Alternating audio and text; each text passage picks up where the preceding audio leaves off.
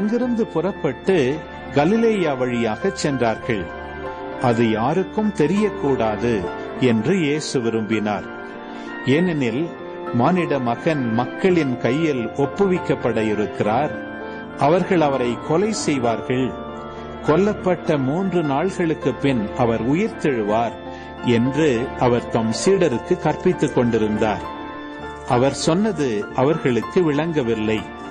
அவரிடம் விளக்கம் கேட்கவும் அவர்கள் அஞ்சினார்கள். அவர்கள் கப்பர்நாகுமுக்கு வந்தார்கள். அவர்கள் வீட்டில் இருந்த பொழுது இயேசு, வழியில் நீங்கள் எதை பற்றி வாதாடிக் கொண்டிருந்தீர்கள் என்று அவர்களிடம் கேட்டார்.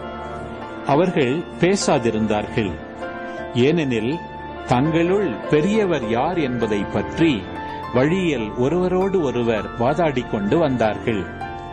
அப்பொழுது அவர் அமர்ந்து 12 கூப்பிட்டு அவர்களிடம், ஒருவர் முதல்வராக இருக்க விரும்பினால் அவர் அனைவரிலும் கடைசியானவராகவும் அனைவருக்கும் தொண்டராகவும் இருக்கட்டும் என்றார். பிறகு அவர் ஒரு சிறு பிள்ளையை எடுத்து அவர்கள் நடுவே நிறுத்தி அதை அரவணைத்துக் கொண்டு, இத்தகைய சிறு பிள்ளைகளுள் ஒன்றை என் பெயரால் ஏற்றுக்கொள்பவர் எவரும் என்னையே ஏற்றுக்கொள்கிறார். என்னை ஏற்றுக்கொள்பவர் என்னை மட்டுமல்ல, என்னை அனுப்பினவரையே ஏற்றுக்கொள்கிறார்